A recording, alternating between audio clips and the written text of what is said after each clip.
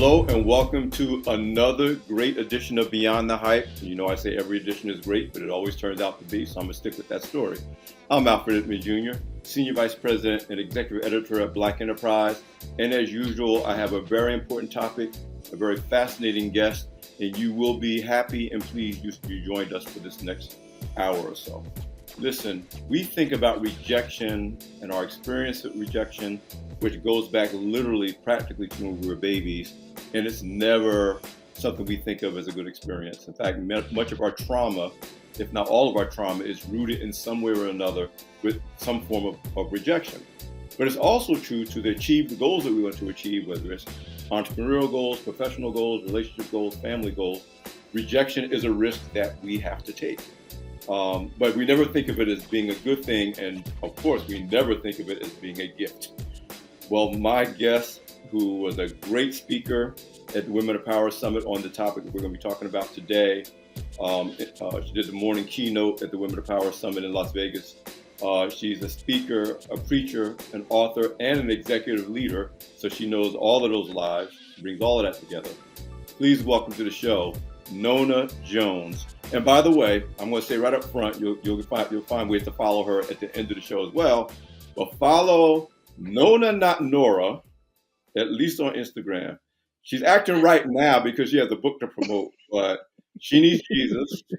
We're going to pray for her because she's one of the most hilarious people I know on social media, I have to say. So I first met you, Nona, through Instagram. I'm like, this girl, what's up with her? And then I obviously got to meet you face to face at Women of Power and was very moved by your inspirational address. Listen, I'm just so glad you could make time to be on the show. I'm so honored to be here. And I will say, one of the things that people are usually surprised to learn about me is I really do not take myself seriously. Like, when I'm in a meeting, when I'm negotiating something, then it's serious business. But other than that, I just enjoy life. I like to laugh. I like to have a good time. And so sometimes people they'll see me post things, they're like, "What?" Right? I just like to have a good time. Well, I mean, you and I share that. I think we talked about that in Las Vegas. I'm Yeah. like, I've been into social media before we knew whatever was going to matter. And of course, I'm much older Mhm. than you are, but I've been into social media in one form or another since the mid 90s. And I told the original point was just to have a way to have fun and to Yeah. learn more and engage with people that you normally would never meet face to face because they're scattered all over the place. And I Mhm. was like, the emphasis is on, in the beginning, was on the social part, not the media part. Now, of course, we both Right. important media platform to promote everything, books, TV shows, our Mhm. lives, whatever we're doing. And I take nothing away from that because Black Enterprises obviously leverages that as well. But for me personally, I'm like you. I need to be having some fun. Can we be, harmless fun, not mean fun. Of Yes, course, there's some mean spaces on social media, but let's I love laugh. it. Let's go through our streams and get somebody to put a smile on our face. So yeah, Absolutely. that post. I need to find that post and reshare some of my. But you guys, this woman.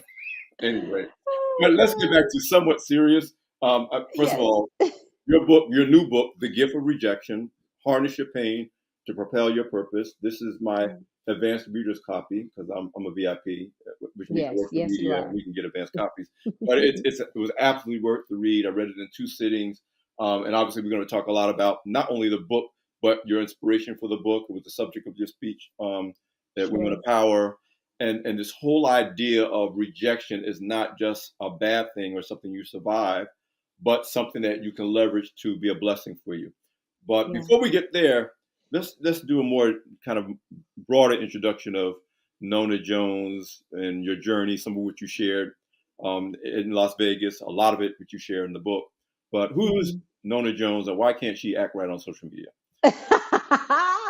Well, let me tell you, I find that people tend to walk into the successful chapter that your life is on and they just assume that's the whole story. And so I'm not going to start with my resume. I actually do want to start with my childhood because I'm an only child and I was born to a mother who did not want to have children. She had been married to my father for about 13 years when she found out she was pregnant with me, and he was so happy. He always wanted to be a dad, but she was angry. And then halfway through her pregnancy, he started to have some stomach pain. So he went to the doctor to have them take a look at it. And he got diagnosed with terminal stomach cancer. And he was only 34. And so he lived for about 2 more years and passed away just 2 months shy of my second birthday. And my dad, he did everything he could to try to brand my memories with him and his love. But shortly after he passed away, my mom met a guy who became a live-in boyfriend. And I was about five or so when he moved in. And I remember when I first met him that I didn't like him, and I told my mom that. But she said he was a nice guy to give him a chance. Well, fast forward a few months, and her sister passed away, and so she had to go home to the funeral. And I begged my mom to take me with her, but she said she couldn't afford another plane ticket and that she wouldn't be gone long. But the first night that she was gone, he assaulted me and told me that I better not tell my mom what happened because she'll get rid of me. And so I kept that as a secret for 2 years while he repeatedly abused me until I finally told her what was going on.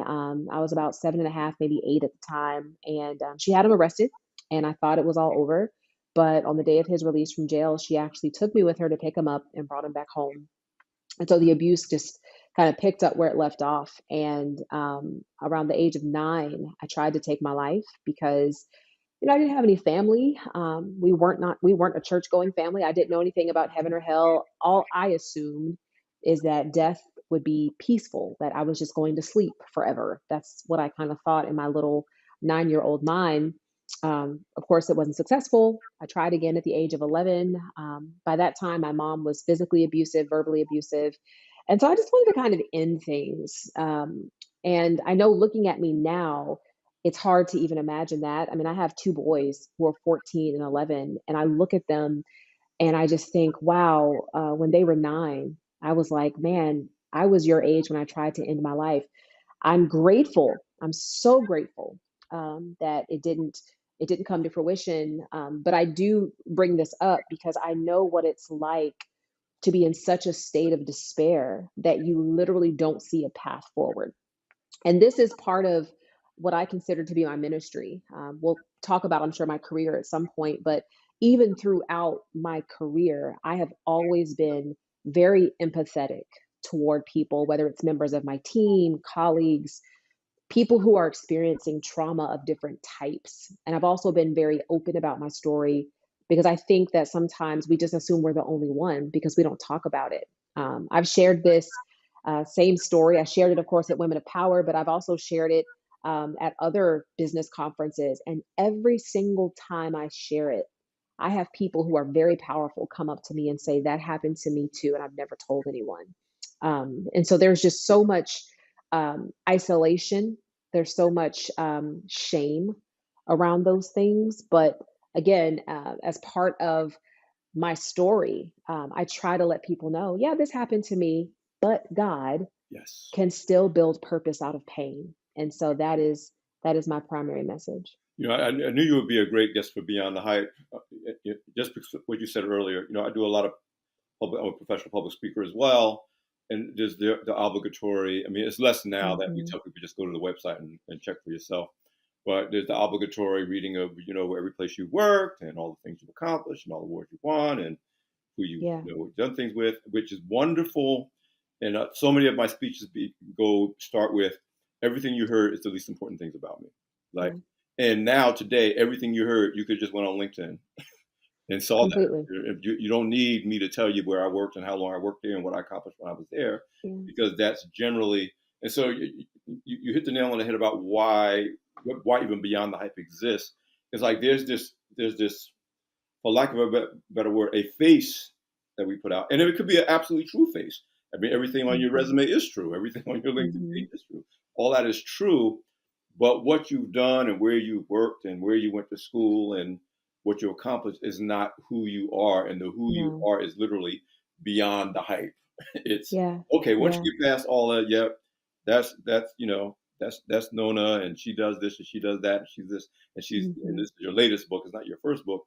Then it's like Hmm. who you are, and you and I both know, both in the secular world and in the faith-based world, it's still a relatively rare thing for people to say, "No, I'm going to let you know who I am," besides the Hmm. title of senior vice president or Yeah. bishop or first lady or and but the healing and the empowerment comes from the stories behind all of that.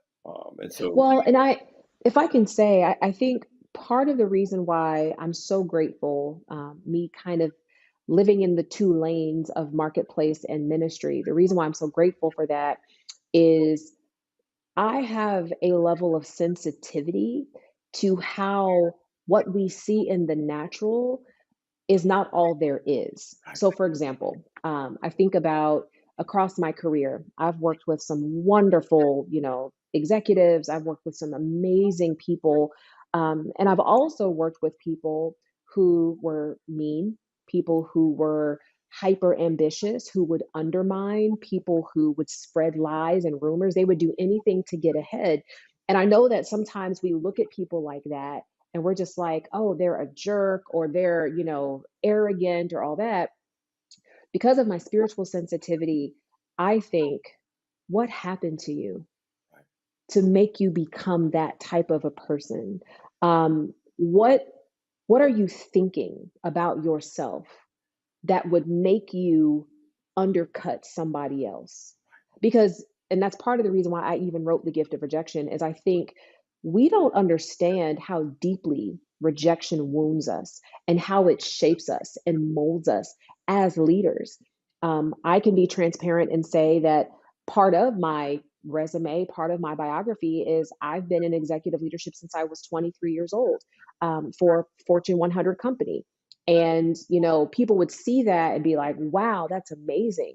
But what I know is the reason why that happened is because I was carrying a rejection wound that I did not know how to articulate. So I was hyper ambitious.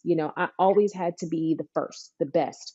I couldn't just be on a team. I had to lead the team. Like I couldn't just be on the AB honor roll. I had to make the dean's list and the president's list. And the reason is that rejection wound was kind of like a black hole that I had to fill with awards and achievements and titles in order to feel like I mattered. And I would offer that I think there are many professionals who are very successful but also unfulfilled because a rejection wound is a bottomless pit. So you can, get the VP, you can get the C level, you can get the CEO, you can be on the prestigious board, you can get the awards, but then you still feel empty. Why?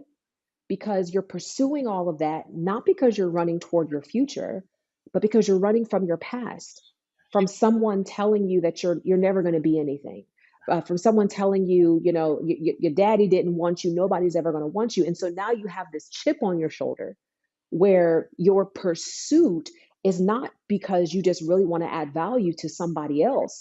It's because you want to feel valuable.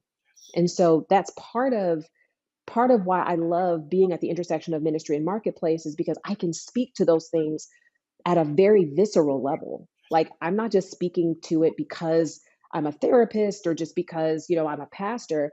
No, I've lived it. right. I've been at the high level and I know what it's like, to think, well, if I can just achieve more, then I'll finally matter. That's a big part of, in terms of my experience as a black male, raised by a divorced single mother, a loving but Mm, emotionally overwhelmed single mother, with had three siblings, and how much, especially the first 20, 25 years of my career, was exactly that: performing for approval, performing for again, and this is not my story. I'm not trying here to tell my story; it's about your story, but it's a common thread, or among many black men, especially high achieving black men, whether it's achievement in sports, achievement in business, achievement on scorecards that don't matter, like how many women we've been with and how many, you know, mm, that says, well, I can perform. And I was literally at, I don't know if you know about the Just Heal Bro tour. One of my mentees, Jay Barnett, mhm, is one of the probably the founder, and wrote a book called Just Heal Bro.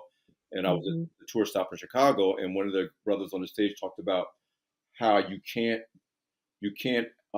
outperform your trauma. You can't Oof, perform your no. way out of trauma. But Mm-mm. black men in particular, black women in particular, we get on that track where we, like you said, if we can just achieve that next rung, If we Yeah. can win the Super Bowl, if we can become the first black this or the top black that, or the top period, whether it's black or not. But like I Yeah. said, often we get there and there is not there. We're still, trying to get someplace else. But it's not getting And there, it's getting away from something else. I actually experienced that. So I was in prayer. I was in a role that I loved, an organization I loved, was first woman, first person of color at the C level. Like it was really prestigious. And um, God told me, He called me away. He was like, this assignment is over. And I remember thinking, because what God was essentially calling me to do was to go out into full-time entrepreneurship and ministry myself. I kind of got to the place where it was like a fork in the road. I was traveling so much, speaking and writing books and doing all of this, that I was literally doing like multiple full-time jobs. But I remember when I heard God say, this assignment is over, I thought immediately, but if I'm not an executive, what am I? Mhm. Like that identity was so deeply ingrained in me, and I didn't even know it, Alfred. Like I would say that, hey, I love what I get to do, but this doesn't make me. But then when I'm confronted with the prospect of stepping out of what people would be like, oh my gosh, that's an amazing role. Now I'm like, but if I'm not that, then what am I? I had to realize, oh, wait a minute, I have come to define my identity based on the role that I hold with the organization I'm at. And that's actually a really dangerous place to be, because I think we all know at some point you gonna retire. Right. Well, then what? Or Right? more likely, as now 2 or 3 generations have found out, you don't even get a chance to retire. You think you're Right. indispensable, and then somebody says, "Oh, we're laying off Yep. 50,000 of you, and you're one of them. Reorg. We Reorg. out, new Yep. president, Hmm. you're out, no matter how." Yep. And I tell people there's a lots of ways that we self medicate, if you will, the new term, Yeah. and soothe ourselves with trauma and rejection. And some of it is socially unacceptable. So if you're alcoholic, sooner or later that comes to attention. If you're Mhm. abuse food, but a lot of what we do to deal with is very socially acceptable.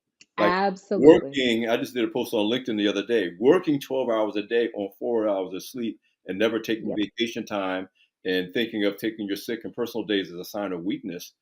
That Yes. was celebrated. I mean, that was something in the first Yes. 25 years of my career. You bragged, yeah, man. Mhm. I went out and I did, and until we realized not only the lack of fulfillment, but the Mhm. real negative impacts that now Yes. are coming to light about the impact on mental health, the impact on Yes. physical health, the impact on risk factors for cancer.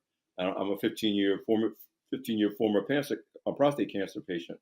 Um, Not to mention devastation to relationships, parenting, all of that. When you say, you know what, I'm going to do 60 hours a week in the office, not counting commuting time. That might be Yep. another 12, 15. But again, it's a socially acceptable way of dealing with some of these trauma issues, these rejection issues. And no one's Yes. ever going to say, oh my God, you work too hard. Your employer is never going to say, oh my God, they're more likely to look at you funny when you walk out of the door at 5 o'clock and say, Yep. well, you must not be really dedicated. Then they ought to look at you for leaving at 9 o'clock every night, as long as Yep. the organization gets what it wants. And this is not Yep. to say that they're necessarily uncaring, but your health and well-being is just not. When they're having the board meeting at the end of the year, they're not looking around and saying, "Boys, no, how's Nona sleeping these days?" Well, and what you're hitting on, Alfred. So in the gift of rejection, I Mhm. talk about expressions of rejection, and they're subtle. Like there's two primary ways that we respond to internalized rejection. One is explosion, the other is implosion. When we implode, it's self harm, right? So we implode into addictions, we implode into depression, anxiety. Some people cut themselves. Like we implode into things that hurt us. But you can also explode, and you can explode in two ways. One is you can explode into anger. There are some people who are extremely just angry and bitter and irritable, and like they just have attitudes all the time. And you're like, man, what's wrong with you? The reality is there was a rejection that happened that they have internalized, and they're expressing the pain through their anger. Mm. But what you mentioned, because see, the anger side of it is what we call the vicious expression. But there's also a virtuous expression, and you can explode into ambition. And that's what people reward. They're like, yeah, man, they're always crushing it. They're always killing it. You can always count on Alfred. You can always count on Nona. They will be here until everything gets done. But at the end of the day, if you were to really excavate why you can always count on them, it's because they have a need to be needed. Why do they have a need to be needed? Because they were rejected. See, a person who's healthy, a person who's like really healthy, they're going to have boundaries, right? Like, I'm not staying till 9 o'clock at night. I'm going to go out with my friends. I'm going to be with my family. Like, a person who's healthy is going to have boundaries. But rejection actually creates um, fractures in our boundaries. And it's this sense that, okay, well, in order to be accepted, I have to be the last one to leave. In order to be accepted, I have to take on this assignment. In order to be accepted, I can't take vacation, or I have to take calls on vacation. Those are expressions of rejection, and we have to be able to identify that, because you will never get free from what you don't acknowledge. Nona, it wasn't until, and that's why I'm glad I'm talking to you. I'm glad you wrote this book, and I'm glad I'm having a chance to amplify it. I didn't really start understanding that until my mid to late 40s, as my second marriage Mm, was ending in a horrible fashion from an experiential mm, standpoint for me and our children at the time. Um, and I started, it caused me to have to think through, okay, where, and of course, I went all the way back to how I felt as, as a kid in a working poor household and working class community, trying to support an emotionally overwhelmed mother and be the mhm, man of the house as the oldest sibling and the oldest male. And but fast forward, it really wasn't, if I'm being very serious, until maybe 2015, and then certainly during the pandemic shutdown when I feel like God, like I'm gonna shut all of this down so you can just mhm, think and listen. And and now I have this what I call my daily non-negotiable agenda items, and they're simple things like you're going to get 6 to 8 hours of sleep. mm, And yes, you're going to actually read your Bible with no distractions. And when it's time to eat, you're going to leave your computer. You're going to go into another room. You're going to put the food on the table and you're going to eat. No more eating at your desk, no more eating while you're finishing that report. And that was something that started in 2015, crystallized during the pandemic shutdown when it was a good time to do a reset in a lot of ways. And now there was like I'm like, yes, I'm still a high achiever. That's the other thing. It doesn't mean I'm not the same high achiever, but like you said, I am now at a stage and an age when I'm thinking about longevity as well. yeah, And I've yeah, seen too many people, black men in particular, who do all of that and then at 55, right when we're mhm, supposed to be getting the brass ring and balling out and either yep, die or too sick to enjoy. yep. And I was like, I ain't run this race so I can I know that's right. and so I'm big in health and longevity in general, but I lead the Black Enterprise Health as Wealth platform that we launched last year, for example, for a reason. But my personal thing was like, you you you're supposed to work to live, not live to work. But we Mhm, still live in a society, in a business, and a corporate culture that rewards the living to work. And like you said, but those are also socially acceptable ways to deal with rejection, to deal with trauma. That society may look at you funny if you can't hold your liquor and yeah, but they won't look at you funny if you work in 70 hours a week and your health is going to hell in a handbasket, literally. that's it. But as long as things get done, they'll feel for you. Mhm, But when you keel over, um, mhm, and some high profile people have. We remember the former CEO of I think Kaiser Permanente, Bernard Tyson, who had a sudden heart attack at mhm, age 60 a couple yeah, of years ago. Great man, did great things. mhm, Um, and I always tell people, the first week they'll be like, "Oh my God, that was," but your mhm. job is going to be posted. you know, Absolutely. 2 weeks And you know later. what? That we forget that. I, Yeah. I thank God that I had that revelation Mm, some years ago when I was super hard charging, trying to get on all the 40 under 40s and 30 on 30s. And I was super hard charging.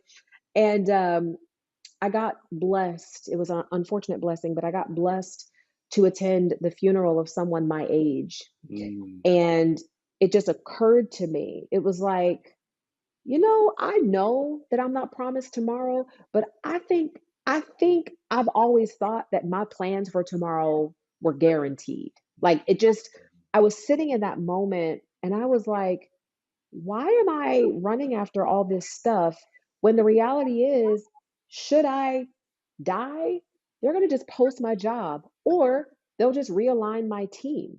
Like they're and frankly, most of the people that you around here killing yourself for, they may not even come to the funeral. Or if they do, they'll be at the funeral checking their phone, like, okay, I'm here, like I got stuff to do. So you have to have that mindset and prioritize what matters, prioritize what really is important. It's to me, I look at it like it's having a legacy mindset versus an obituary mindset, because our obituary is, all the glowing things are said about us and all the things that we achieved and all of that, but the legacy is, after I'm gone, what will the impact of my life have been? And I want my life to actually have meaning. I don't want to just achieve things. I really want my life to have meaning to others. And so that's how I try to orient I'm loving it. I'm feeling it. Not surprised that I'm loving it and feeling it it. because you ain't got no sense, and I don't got no sense. We both need Jesus, and we know it. Um, Yes. but I really do want to get to the book. This is not your first Sure. book.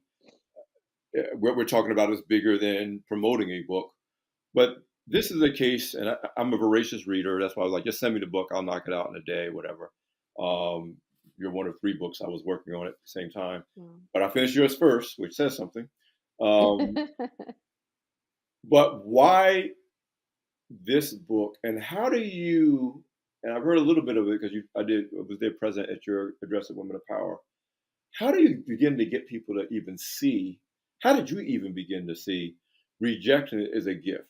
Now we're both people of faith, and we heard about all things work to the Yeah. good for those who love the Oh, Lord yeah. and call to His purpose, and that's what we tell ourselves when bad things happen, and it's all Hmm. true, but it doesn't mean we all really believe it all the time. Oh, of So I course. could imagine when you step onto a stage, or even when this book, hits. I pre-ordered mine. I know you sent me my advanced copy, but I had already pre-ordered mine Thank here in you. Vegas. This idea of rejection being a gift. It's one thing to say it's not so bad. It's Right. another thing to say no, it's a gift. And I'll check the audience buy the book because she does a really compelling job of supporting why this is a gift. Rejection is a gift, Hmm. and how it practically applies to your personal life, your career, your relationship. So this is not just a kind of feel good. Ooh, that's a good Twitter quote. That's a good, Instagram. Hmm. But how did you get to that point, especially given your journey? You talked about your sexual abuse and physical abuse and emotional abuse Hmm. as a child, but there were other parts of your journey that you shared along the way I was like, how's she going to turn this into a gift? How's she going to turn that into a gift? It's like, oh my God, she did it. She got me. Yeah. So talk Yeah. about this idea, starting out with rejection as a gift. Yeah. Well, let me first say, I never thought of rejection as a gift. It was not something that I came up with on my own. What essentially happened was back in high school, and I mentioned earlier, I think I mentioned earlier that, I overate because I was dealing with a lot of trauma in the home, and so that's kind of how I anesthetized my pain. And so Yeah, you I shared was, that with I me was, I was personally in our conversations. But you're saying it on the show now for the first time. But Oh, okay, you had told me okay. that That before. okay, so I'm saying it publicly. Yeah. So, Yeah. I was classified as morbidly obese as a kid, but I lost weight around my sophomore or junior year in high school, and got into my very first relationship with a guy. I was head over heels in love with this guy, puppy love. And he was so smart. He was literally brilliant, and he was doing an internship one summer with a state senator. And we lived in the same city, but he was away for the internship. Well, he called me because he was going to come home the next weekend, and he was like, "Hey, you want to go to the movies?" And I said, "Sure." I was really excited. I got my hair done, got my nails done, and about an hour before we were supposed to go, he contacted me and said that he couldn't go because he had a family emergency arise, and he was so sorry. And of course, I was bummed, but I was just like, man, okay. Well, I called some of my friends and I said, hey, let's go to the movies. I'm already dressed. I'll meet you there in an hour. So we get to the movie theater. We're standing in line to buy tickets. I look over to my right and I see my boyfriend there holding hands with another girl. Mm. And I got to be honest, like, I it was heart-wrenching, right? Like, it was shocking, of course, but it was heart-wrenching because he was the first guy that ever showed interest in me, right? I mean, we talked about getting married, we were going to go to the same college together, all this stuff. So that whole thing happens. I see the girl, she never saw me, but I saw her and I saw him, the color left his face. So the next day he reaches out to me. He's trying to like apologize. I didn't even answer the phone, so he leaves a bunch of messages. I never call him back. Fast forward about, I don't know, 15 years. And at that point, I'm working at the company formerly known as Facebook. Mm. And a pastor friend of mine reaches out to me. He texts me and he's like, hey, can you give me a call? So I call him and he said, listen, I really need your help. He said, one of my sons in the faith, I need you to take his Facebook page down because people are posting really mean things on his page. And I was like, well, I can't make any promises for that. I was like, we only take a page down if it violates community standards. I said, but send me the link and I'll see what I can do. So he sends me the link. I click on the link. Staring back at me is a picture of my boyfriend from high school. And it was like a Twilight Zone moment because I hadn't like seen him or talked to him since the issue in high school. But I scroll down his page and I see people making comments. They say things like, serves him right, cheaters get what they deserve. I see somebody else who's like, and he had the nerve to call himself a pastor. Somebody else was like, I hope his wife is okay. And I'm like, what in the world happened? So I Google his name and I see article after article after article after article about him. He was murdered by his mistress, who tried to kill his wife. His wife survived by the grace of God. He died at the scene.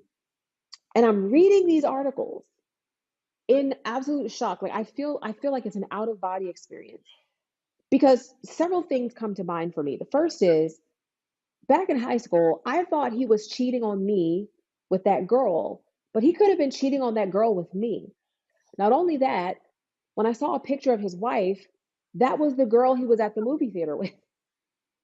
And so all of this is happening and I pray. I go to God and pray because my heart is racing. I'm like, "Oh my God. Oh my God, that could have been me. That could have been me. Thank you, Lord, for protecting me. That could have been me." And I heard God say, "Nona, you've been thinking about rejection all wrong. You've been stopping at the pain. But in my hands, rejection is a gift because I'm protecting you from dangers you don't even see." And I was like, What? rejection is a gift. Like, wait, what? But I had to pause in that moment and reflect on the various rejection experiences that I had in my life, going all the way back to childhood. Like even everything with my mom and her essentially choosing my abuser over me. It's like I had to realize that although that was painful, that was deeply painful, deeply traumatizing, I now have a ministry that has served, I mean, not even tens of thousands, like hundreds of thousands of people at this point, helping them to see that there is hope and healing. Something I would never have been able to do had I not been through that. So it's not that the rejection itself, it's not that the pain is a gift, it's that the pain is the wrapping paper for the gift. And the gift is on the inside because there are lessons that rejection can teach you about yourself and about other people. I mean, looking back on it, I thank God that he cheated on me or cheated on her. I don't know what happened, but I thank God that that happened because that could have been me. But what that taught me about him was obviously he was not the one, he was not the way. And what we do, even relationally, is somebody will ghost us, right? And we'll suddenly start being like, what's wrong with me? What did I do? We're following up with them. We're trying to figure out what to do. No, their rejection is a gift because they are showing you themselves. They are showing you that they don't have the maturity and they don't have the courage to have a conversation. that's not the type of person you want to be in a relationship with. Yes, it hurts. The pain of what they did hurts. And the gift of what they did is they essentially released you from being in a relationship with someone who will not have a conversation. That's not healthy. So that's how it came about. I would have never thought it had that not happened to me. A couple of things that I want you to kind of delve into. One is this idea of you could have not seen him at the theater. You could have either not gone Yep. or went and just didn't see him, Or gone to a different or one. going to a different thing, right? Or Yep. the flip side is later on, you could have not discovered what happened to him, if you will. Yeah. It wasn't like he was on your mind. Let me just later. It was like, Mm-mm. wasn't for this person saying, "Can you please take down this page?" There was no way you Yeah. knew in high school that Sunday you'd be working for Facebook, and in that role, Mm-mm. some like so Mm-mm.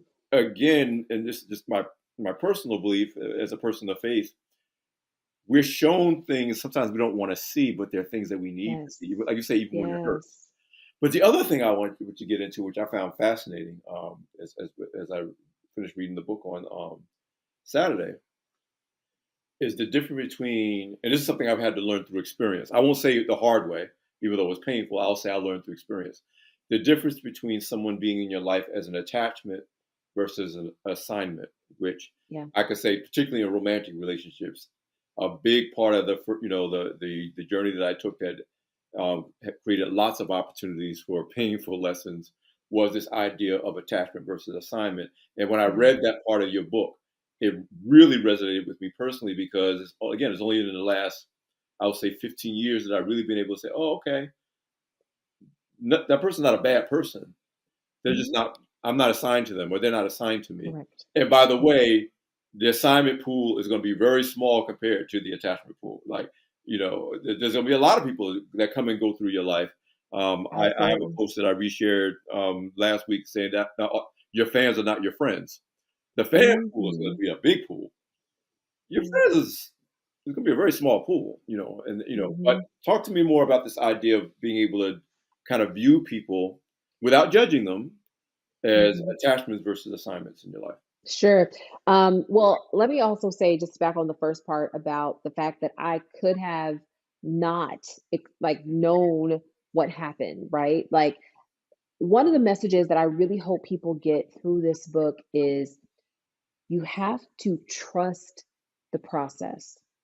Like, this is why this idea of rejection being a gift is such a paradigm shifting idea, because what it does is even when you don't understand why something happened, you recognize that there's a gift in it. And so now it's not that I need to understand why. I just need to figure out what is the gift. What is the lesson that I can learn about myself and about this other person? Mm. Whether I understand why it happened or not doesn't matter, because I can still extract the lesson from it. And that's really what I want to equip people to do. On the I point about would just say that attachment it's versus, so important to make that point because often the why question may be from someone who's yeah. no longer with us. Like, if you talk about people who never Hmm. ever resolved anything with their parents or their abuser, Yeah. and if you're stuck on, well, why did they do this? You could be stuck forever. Oh yeah. I mean, and that's the thing is why is one of the most disempowering questions. Why did this happen? Unless you were the one that caused it to happen, there's no answer that's going to bring you peace, right? Because even if, let's just go back to the example of ghosting, right? Like, let's just say that you do catch up with the person who ghosted you, and you're like, why did you ghost me? And they're like, because I'm not attracted to you. Well, I mean, obviously, Right. right? That was an obvious reason, but now their answer is going to make you say, "Well, what's wrong with me? Am I defective?" So there's no answer that's going to bring you peace. But if you say, "Okay, they made a choice, and now I need to figure out what I can learn from their choice to apply to the future," that is empowering. That becomes empowering. So yeah, the why question isn't helpful. And one revelation I had that I had this years ago. Sometimes sometimes when people hurt us, we refuse to forgive them because they didn't apologize. And so what that does is it creates this perpetual, almost like seething hostility within us toward that person because they didn't apologize. And we'll say things like, "Oh, I'm over it. That was so long ago. It's no big deal." But when that person's name gets brought up, or if you happen to see them across the restaurant, you feel the tension in your body that lets you know, no, you're not over it. A revelation I want to give is that if you really want to experience healing from the pain of another person's choice, you have to forgive. But what is forgiveness? Forgiveness is not giving somebody a pass. Forgiveness is simply choosing to release your future from the pain of the past. Those are two different things. It's saying what you did was messed up. And frankly, I would never have done that to you. But you made that choice. I see you and I see the choice that you made. I am longer going to allow your choice to affect how I show up in the future. And this actually dovetails into the point about attachment and assignment, right? Yeah. So one of the contentions I make in the book is that there's two types of people in your life. And it's important to understand that the gift of rejection reveals people's role in your destiny, right? So the two types of people are those who are attached and those who are assigned. When a person is attached to you, they're only connected to you for as long as the relationship benefits them. And so they will start to detach, they will start to reject you, they will start to overlook you, not invite you, they will start to leave you out, isolate you, abandon you. They will start to do all of these things once you're no longer sending benefits in their direction. Right? Why? Because they were attached to you. When a person is assigned to you, they're connected to you not for what they can get out of the relationship, but for what they can contribute to it. Like they are there because they want to see you win. And the mistake that I believe we make, and God knows I have made it so many times, is that when a person starts to detach, it triggers insecurity and it makes us think, oh my gosh, what did I do wrong? How can I fix this? And so we start shifting our energy away from the people who are assigned to us to try to keep someone attached to us. And that's the worst mistake that you can make is giving that assignment energy to an attached person. So the assigned people in our life, like they shift, they feel the shift. They're like, well, but you're not spending as much time with me as you used to. You're not responding to my calls as much as you used to. And the reason is because we're trying to focus that energy on an attached person. I think we have got to learn the grace of goodbye. Mm. So when somebody decides that they no longer want to be in our life, of course it's going to hurt. And we recognize that their rejection is a gift that is revealing that they no longer have a role in my destiny. I'm not going to fight to keep you in my life. Listen, I spent years trying to keep family members attached to me, trying to keep even coworkers attached to me, bosses attached to me, jobs attached to me. And I got to a place where I accepted, you know what? God has something new and different for me. And as long as I'm focused on what is attached to me that's trying to detach, I can't make space for more and for new. And so we have to focus more on who's assigned to us because those are the people and the situations that are going to give us life, not just take it. Wow, wow, and again, I've lived that very. Again, if you the thing or the person that God has for you can't show up if somebody else in their spot. In fact, in a Mm-mm. relationship, they won't. They'll assume, oh, No. she's Yeah, unavailable. you're taken. Yep, But you're taken. I wouldn't be the kind of person that would disrupt that. And Mm-mm. if they were, they No, wouldn't be the right person for you. But correct. you know, again, I've lived that. You know, like I said, I've earned my stripes that way. But that's why, again, Yeah. your book resonates with me so much, and I know that it's going to bless so many other people. What's Thank next you. for you, Nona? I knew this was going to go by pretty fast. I mean, I know the book is dropping now. Hmm. You got a really full life, family, children, work on multiple levels, Hmm. and you know, cutting up on social media. When we get this book stuff taken care of, we can get back to your real life, which is posting funny stuff on Instagram. But what are Yes, you, yes. what can we look forward to? Well, let me tell you what I'm really excited about. So last year, this would be in June of 2023. Um, God gave me a vision to host a retreat for high capacity women of faith, just a place where women could go, not a conference, but a place where women could go and just rest and reflect. We could have some speakers who could speak into their life about emotional and mental well being, but also how to build and lead the businesses that they're leading. And, I honestly did not know what to expect. I was doing it just in faith and held this retreat. I only knew maybe five of the 200 women that showed up, but we had women come in from all around the world. And as I was standing in the middle of the retreat, it's called the Success from the Inside Out retreat, I felt such clarity of purpose because I said, I think at the top of our conversation, that I truly feel that I'm called to help high capacity leaders not just do better as a leader, but also live a healed and a whole life, which is a different type of work. And so, as I was standing in that moment, I realized that all the things I've been doing really align at the nexus of equipping women to experience success from the inside out. And so, what I'm doing now is I'm actually restructuring my company. I'm going to be rebranding it as Inside Out Leadership. And I'm really, really excited about that because I will get to serve women at the highest levels of leadership who are just feeling seriously empty.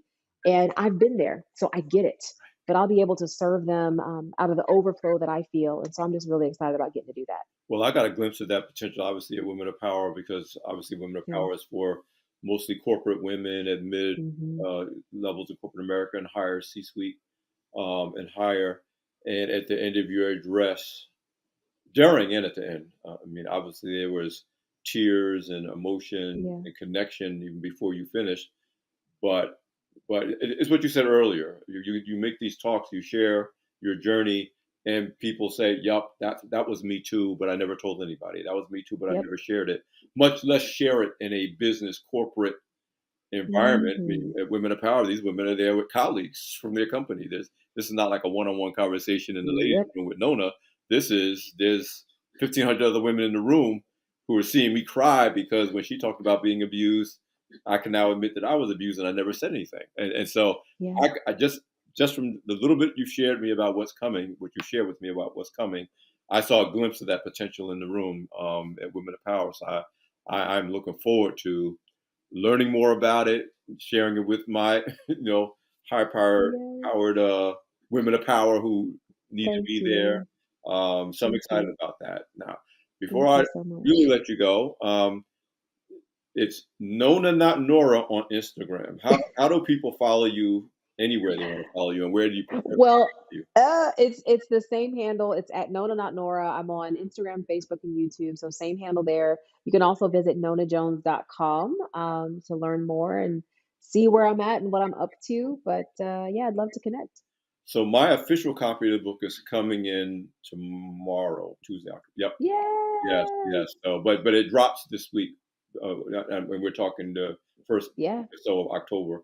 Um, Yeah. That's right. uh, and I'm telling you, yeah, on Instagram, whenever I'm reading a book, I always tell people I'm reading a book.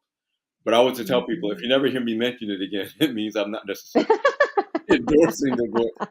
I'm just letting you know what I'm reading. But I can say wholeheartedly and with full authenticity, the gift of rejection lives up to its billing, lives up to everything that I Thank that you. I experienced when you spoke at Women of Power. And I'm definitely urging the Beyond the Hype audience to get their copy if they haven't ordered it already of the gift of rejection. Harness your pain to propel your purpose. So here you go. This is what it looks like. And you didn't change the cover, did you? I did not. Nope. Okay. You got it right. You got it right. But Nona, I can't wait to cross paths with you in person again. I'm just so glad to have you as a guest on the show. To be able to say I'm one of your friends, and I'm looking forward to bigger and better things as you continue on your journey of both ministry and career and business and life. Thank you so much. And thank you for having me and even creating the space for this. I think this is such an important platform, and you're just the absolute right person to help facilitate this. So thank you. I'm honored. Okay, thank you. I'm the right person. Nona said it. Okay, listen, everybody. Another great edition of Beyond the Hype. Please definitely go out and get the book, The Gift of Rejection. Actually, in addition to the one I pre-ordered, I ordered a couple more copies for my oldest daughter and some other people that I know that I think will be blessed. So Thank don't you. just order the book for yourself. After you read it, I won't, judge for yourself, but you will, I guarantee you will think of two or three other people who will be blessed Mm. by this book. Many people will maybe going through it even now. So, Nona, again, thank you for being on the show. Thank you guys for listening and joining me on the latest edition of Beyond the Hype. Take care of yourself, and we'll see you next time.